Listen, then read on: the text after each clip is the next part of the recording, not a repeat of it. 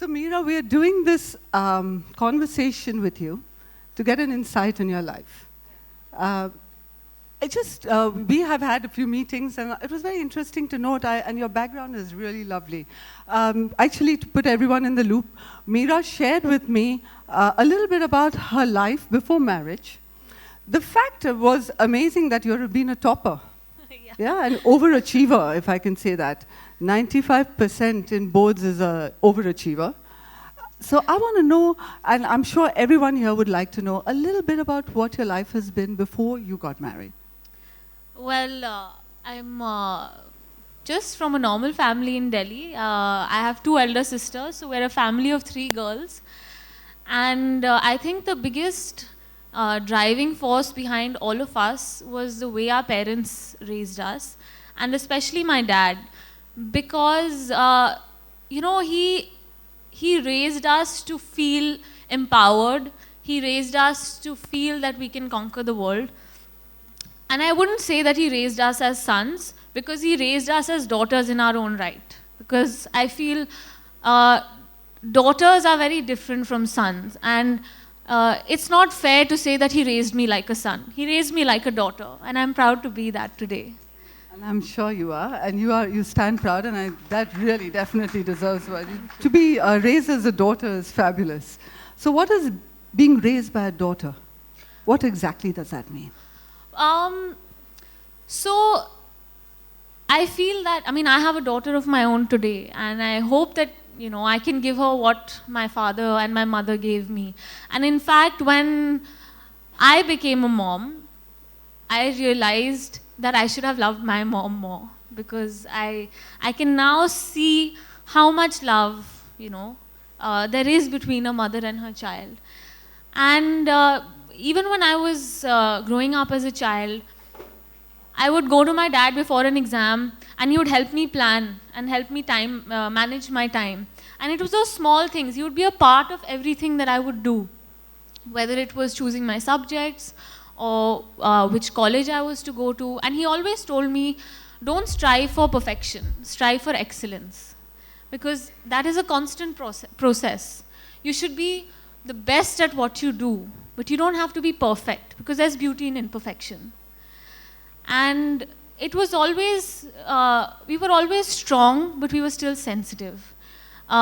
We were powerful, but we were not aggressive. And I can see that in my mother. She has kept together all of us with such strong values. But that doesn't mean we're not, I would like to say, it doesn't mean we're not women of today. We have our values, but we're still modern.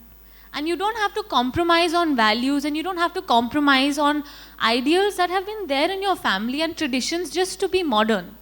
You can be modern and you can have values at the same time. They're not mutually exclusive. Absolutely. Completely agree with you on that. I don't know if I can ask, but I'm going to ask this anyway. You had an arranged marriage. Yeah. And that was, when I personally got to know it was an arranged marriage, it was very different. The fact that an arranged marriage in today's day and age with a film star, so could you please share, if it's not being too personal? Why not? Why not? Why wouldn't you you have to meet someone some way. And I just felt that this worked for both of us so beautifully, because we both laid our cards right in the beginning. And today I was just talking to a friend of mine, and she happens to be going through the same process. And I said, just be yourself. That's what I did. Both of us. We were ourselves right from the beginning. And there was a different kind of discovery after marriage. But there was no surprise of a negative kind, I would say.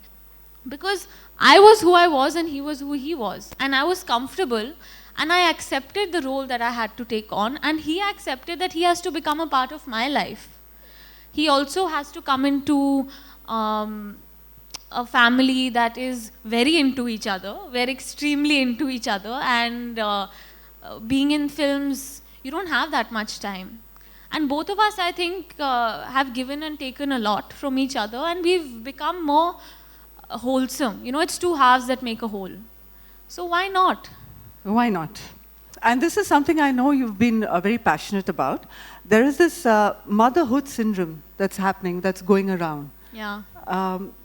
Get fit immediately after you become a mother. The entire story of being the mother of today is the fit mother of today. And I'm not talking about, and there's a lot of body shaming that goes around as well. So your views on that, please. I think we should, instead of, I think it's great to be fit, but it's better to be a healthy mother. So fitness is one part of health. So there is a lot of pressure. I faced a lot of pressure from, people who were seeing photographs or anything. I myself would look at the mirror because I used to be a very skinny girl. And then after I had a baby, I remember I would never have to try clothes before. And then I would have to look at the size and see, okay, is this going to suit me? Is my tummy going to show? And all of that. But I think what's more important is to be a healthy mother. Your child is your responsibility. So I have to be healthy. And you can take your time to lose that weight. If you do it in a hurry, you're compromising on your health. And it's not just physical health, it's a lot of mental health as well. You need to come to terms with the fact that your body is going to be different for a certain amount of time and it's not permanent. After that, you can set your goal and say, okay, I want to get fit. But I took my time. I took those 40 days, which people say is outdated. A confinement period is outdated. But I took those 40 days. I had my ghee. I had all of that. And I made sure that I replenished myself because I gave a lot to give birth to her. Those days are lovely. Just those 40 days being taken care of. Yeah, I loved it. I loved it. Something I'll never forget. I could step out 3-4 days later. I could be out and about. But I chose to spend that time with her because a baby doesn't know anyone except its mother in those first 6 weeks. Absolutely, absolutely. Thank you, Meera. I really appreciate you taking this time. Thank you so much. Everyone, a round of applause for Meera. Thank you. Thank you for sharing your life and your insights and a little bit about you with all of us. Thank you everyone. Happy Women's Day.